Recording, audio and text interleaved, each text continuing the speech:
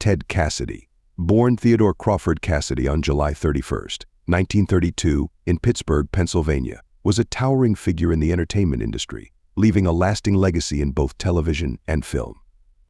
Known for his commanding presence and unique voice, Cassidy brought a remarkable range of characters to life, particularly in offbeat and science fiction roles. Standing at an imposing 6 feet 9 inches, Cassidy's extraordinary height played a crucial role in securing his most famous role as Lurch, the eerie butler of the iconic Addams Family in the mid-1960s television series. His deep, resonant voice and memorable catchphrase, "You rang," made Lurch an unforgettable character and firmly established Cassidy in pop culture. This role became a cornerstone of his career and a symbol of his unique ability to embody unusual characters. Beyond Lurch, Cassidy's talents extended into voice acting, where he became the unforgettable narrator of the Incredible Hulk TV series. His distinct voice introduced the show, adding gravitas to its opening. He also lent his voice to the Hulk himself during the first 2 seasons, contributing to the show's captivating atmosphere with his deep, booming tone. Cassidy's early life foreshadowed his remarkable career. An academically gifted child, he skipped ahead to the 3rd grade at just 6 years old. Throughout his youth, he excelled both intellectually and athletically, impressing in both football and basketball during his high school years. His strong academic foundation continued into his college years, first at West Virginia Wesleyan College, where he joined the Alpha Sigma Phi fraternity, then later at Stetson University in Florida. There, he further honed his athletic skills as a member of the college basketball team, the Hatters, and contributed to student government, showcasing his leadership and commitment to his community. Despite his early promise and growing career, Cassidy's life was cut tragically short. He passed away at just 46 years old, a loss felt deeply by his fans and the entertainment world alike. Ted Cassidy's legacy, however, endures through the unforgettable roles he played and the distinct voice that brought them to life. After graduating with a Bachelor of Arts degree from Stetson University, Ted Cassidy took his first steps into the professional world, armed with a solid academic foundation. His journey led him to the dynamic world of broadcasting, where his talents would soon shine. In the summer of 1958, Cassidy began his broadcasting career at WCOA in Pensacola, where he immersed himself in the role for over a year. His dedication paid off when he moved on to become a DJ at WFAA in Dallas, marking the next phase in his broadcasting journey. But Cassidy was not just a voice behind the microphone. A gifted musician, he also found himself entertaining diners as an organist at a Luby's cafeteria in Dallas' Lockwood Shopping Center, showcasing his diverse talents outside of his broadcasting work. His life took an unexpected and historical turn on November 22, 1963, when he found himself in Dallas during the tragic assassination of President John F. Kennedy. Cassidy had the rare opportunity to interview eyewitnesses Newman and Gail Newman, contributing valuable first-hand accounts of the event that would go down in history. Standing at a remarkable 6 feet 9 inches, Cassidy's towering presence was an asset in the entertainment world, where his size made him the perfect fit for larger-than-life roles. This physicality helped him land one of his most iconic roles, Lurch, the eerie butler of the Addams Family. Cassidy's portrayal of Lurch became a cultural landmark. His deep voice and imposing frame brought the character to life, leaving a lasting impression on fans. While Lurch's role on the show featured the character playing the harpsichord, Cassidy's real-life musical skills as an accomplished organist lent authenticity to his portrayal. Ted Cassidy's talents didn't stop with Lurch. He also took on the role of Thing, another quirky character in the Addams Family. For scenes that required both Lurch and Thing, associate producer Jack Voglin would step in, showing Cassidy's versatility and commitment to his craft. Originally, Lurch was intended to be silent, communicating only through gestures and expressions. However, Cassidy's improvisation during auditions changed everything. When called upon to respond, he famously ad-libbed the line, "You rang." This line became an instant classic, earning Cassidy more screen time and turning Lurch into one of the show's standout characters. In a delightful crossover moment, Ted Cassidy revisited his iconic role as Lurch in the 1966 Batman television series in an episode titled The Penguin's Nest. This episode became particularly memorable due to a famous scene where Batman and Robin climb up the side of a building. Cassidy made a surprise appearance as a tenant in the building, adding a quirky twist by playing the Addams Family theme on a harpsichord. before leaning out the window to interact with the dynamic duo. Although brief, this charming moment thrilled fans of both Batman and the Addams Family. Cassidy's talents were not confined to live-action television. He also lent his distinctive, deep voice to animated projects. In 1972, he reprised his role as Lurch in an episode of the new Scooby-Doo movies, where the Addams Family crossed paths with the Mystery Inc. gang. His voice once again brought Lurch's unique presence to life, delighting audiences. Cassidy's association with the Addams Family continued in 1973, when he voiced Lurch in the animated series adaptation, ensuring that the character's signature catchphrase, "Urang," remained a central part of the character's charm in the animated world. Cassidy's versatility extended beyond his iconic Addams Family roles, as he also left his mark in other television productions. In a memorable guest appearance on Banasek, a TV movie series starring George Peppard, Cassidy delivered a small but unforgettable performance. Even in these more minor roles, Cassidy's distinctive presence left a lasting impact on viewers. Science fiction enthusiasts also recognize Cassidy's contributions, particularly his work on Star Trek. He collaborated frequently with creator Gene Roddenberry, lending his voice to several key characters in the original series. Notably, Cassidy voiced the aggressive version of Balok in the episode The Corbomite Maneuver, contributing to one of the show's most tense and dramatic moments. He also portrayed the fearsome Gorn in the iconic episode Arena, where Captain Kirk battles the reptilian adversary. Additionally, Cassidy voiced the android Rook in What Are Little Girls Made Of, further showcasing his ability to portray a wide range of characters in the Star Trek universe. Cassidy's collaboration with Roddenberry extended beyond Star Trek. In the early 1970s, he worked on two post-apocalyptic drama pilots created by Roddenberry: Genesis, I and Planet Earth. These projects allowed Cassidy to explore dystopian themes and further expand his presence in the science fiction genre. In addition to his sci-fi roles, Cassidy's talents shone in other television series. In the Beverly Hillbillies episode The Dahlia Feud 1967, he played Mr. Ted, a strong and muscular gardener tasked with planting dahlias. His commanding yet lovable presence added a touch of humor to the episode, further proving his range as an actor. Cassidy's remarkable versatility led him to guest roles in numerous popular television series throughout the 1960s and 1970s. In 1968, he appeared on Mannix in the episode To Kill a Writer as Philippe Montoya and in Daniel Boone in the Scrimshaw Ivory Chart as the pirate Gentle Sam.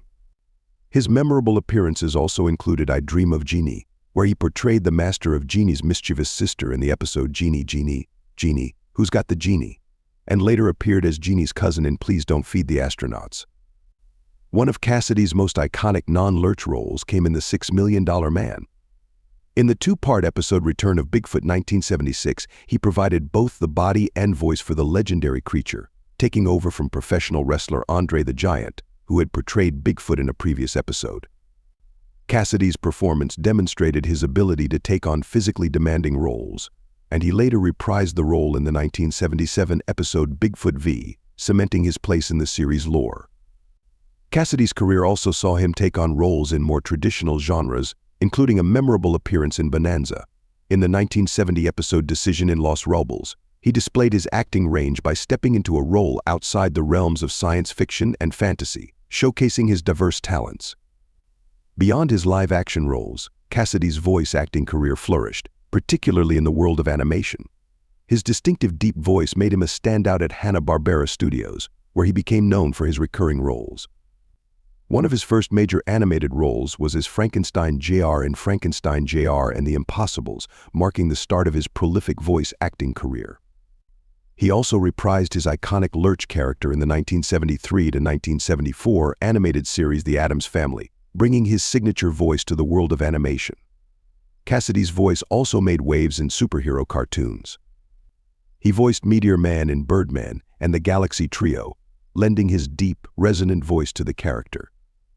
His voice talents were also featured in Chuck Menville's short film Blaze Glory, where his commanding presence was enhanced by reverb effects, creating a superheroic sound that added depth and gravitas to the character. Perhaps most notably, Cassidy voiced Ben Grimm, aka The Thing, in the new Fantastic Four series. His powerful voice brought the beloved comic book character to life, showcasing his remarkable vocal range and cementing his legacy as a key figure in animated superhero entertainment. His contributions to voice acting left an enduring impact, solidifying his place in the pantheon of iconic characters. Ted Cassidy's contributions to both voice acting and live-action performances showcased his immense versatility and talent across a variety of genres. One of his most notable roles was as the voice behind the iconic Godzilla in the 1979 Godzilla animated series. This collaboration between Hanna-Barbera and Toho allowed Cassidy's distinctive, resonant voice to breathe new life into the legendary creature, and his portrayal of Godzilla became a standout aspect of the series. Additionally, Cassidy voiced Montaro in the Jana of the Jungle segments that ran alongside Godzilla, further showcasing his ability to bring different characters to life. Cassidy's deep, commanding voice also made him a perfect fit for sinister characters in the Super Friends animated series, where he voiced both Black Manta and Brainiac. His portrayal of these iconic villains added layers of menace and gravitas, making them memorable figures in the Super Friends universe. In the world of intergalactic adventures, Cassidy's voice became synonymous with the menacing figures Moltar and Metalis in Space Ghost from 1966 to 1968. This marked another key role in his impressive career as he became a staple in the animated world of heroes and villains. His final voice role, as King Thun of the Lion Men in the animated feature film Flash Gordon: The Greatest Adventure of All, further solidified his reputation. Recorded shortly before his untimely death in 1979, Cassidy's voice continued to resonate with audiences in the new adventures of Flash Gordon, ensuring his lasting legacy in the animation world. Beyond animation, Cassidy's vocal talents were showcased in The Incredible Hulk, where he narrated the title sequence and provided the Hulk's signature growls and roars. He also voiced the Cylon Imperious leader in deleted scenes from the Battlestar Galactica pilot film saga of A Star World, temporarily stepping into the role before actor Patrick Macnee took over. In addition to his extensive voice work, Cassidy made his mark in cinema. His screen presence was felt in the 1969 classic Butch Cassidy and the Sundance Kid, where he shared the screen with some of Hollywood's biggest stars. That same year, he appeared in McKenna's Gold, portraying characters that added intrigue to the story. His filmography continued to expand with roles in The Limit 1972, Charcoal Black 1972, The Slams 1973, Thunder County 1974, and Poor Pretty Eddie 1975, among others. These roles highlighted his range and ability to take on various characters across multiple genres. Cassidy's versatility extended to screenwriting as well. In 1973, he co-wrote the screenplay for The Harrod Experiment with Michael Werner, a thought-provoking film in which Cassidy also appeared briefly. This creative venture showcased his multifaceted talents, adding yet another dimension to his already impressive career. Cassidy's work in both front and behind-the-camera roles has left an enduring impact on film and television, securing his place as one of Hollywood's most unique and versatile performers. Ted Cassidy's Hollywood career was significantly shaped by his physical presence and a hidden health condition that ultimately influenced both his path and his untimely death. Standing at an impressive height with a distinctive, gaunt look, Cassidy's unique appearance contributed to his success in Hollywood. His imposing stature was perfect for roles that required larger-than-life characters, but it was also linked to a medical condition that played a crucial role in his life. Cassidy was diagnosed with acromegaly, a condition caused by the overproduction of growth hormone. This disorder resulted in his exceptional height, enlarged hands and feet, and prominent facial features. While it made him a perfect fit for Hollywood's demand for tall, commanding figures, acromegaly also brought a series of serious health challenges. Among the most concerning was its link to heart problems, including high cholesterol, hypertension, and cardiomyopathy, and enlargement of the heart, all of which endangered his health despite his career success. In addition to his acting and screenwriting career, Cassidy also ventured into music. In 1965, he released a 7-inch vinyl record through Capitol Records, featuring the songs The Lurch written by Gary S. Paxton and Wesley written by Cliffy Stone and Scott Turner. Cassidy not only introduced the accompanying dance, The Lurch, but also showcased his musical abilities on popular television shows like Chivalry and Shindig, which helped further cement his unique public persona. Though he achieved fame through his roles in television and film, Cassidy was often typecast due to his towering frame and eerie appearance. He became widely known for portraying the iconic butler Lurch in The Addams Family, as well as the menacing voice of Godzilla and the primal character Tarzan. While these roles were memorable, they also confined him to a narrow spectrum of characters, often portraying him as the dim-witted giant, a big dumb galoot type. In a revealing 1978 interview with Starlog magazine, just before his death, Cassidy expressed his frustration with being typecast, longing for more complex roles that would allow him to display a wider range of his talents. Cassidy's collaboration with Noel Marshall on the adventure comedy Roar, released 2 years after his death, serves as a reminder of his lasting impact on the industry. His work continues to echo in Hollywood, proving that his influence transcended the limitations imposed by his physical appearance. Despite the challenges he faced, Ted Cassidy's resilience and honesty about his experiences in the industry make his story one of both triumph and unfulfilled potential. Christopher Cook, the author of a biography on Ted Cassidy, highlighted an important point during Lurch Fest, an annual event in Philippi, West Virginia, where Cassidy grew up. He emphasized that Cassidy's unyielding determination to overcome life's obstacles was a defining trait. Despite enduring bullying and societal prejudices due to his imposing size, Cassidy displayed extraordinary resilience and a commitment to rise above adversity. Rather than allowing his physical stature to limit him, Cassidy turned his unique attributes into assets, carving out a distinctive place for himself in Hollywood. His size, often seen as a disadvantage, became a defining feature that he successfully leveraged in the entertainment industry. His ability to rise above typecasting and use his striking appearance to his advantage speaks volumes about his relentless determination and his dedication to leaving a lasting mark on film and television.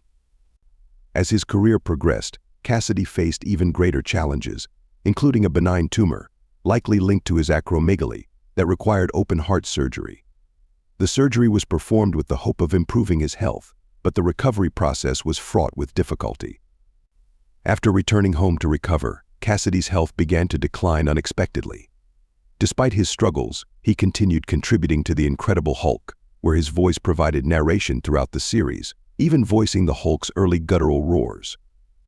However, following his untimely passing, these vocalizations were replaced by real animal sounds.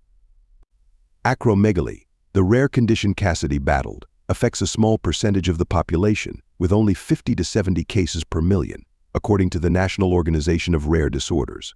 While acromegaly itself is not fatal, it can lead to severe complications. Unfortunately, Cassidy's condition worsened after surgery, ultimately leading to his hospitalization during his recovery. On January 16, 1979, at just 46 years old, Ted Cassidy passed away. His remains were cremated, and his ashes were scattered in his Los Angeles home's backyard. A memorial service was held at Forest Lawn Cemetery in Hollywood.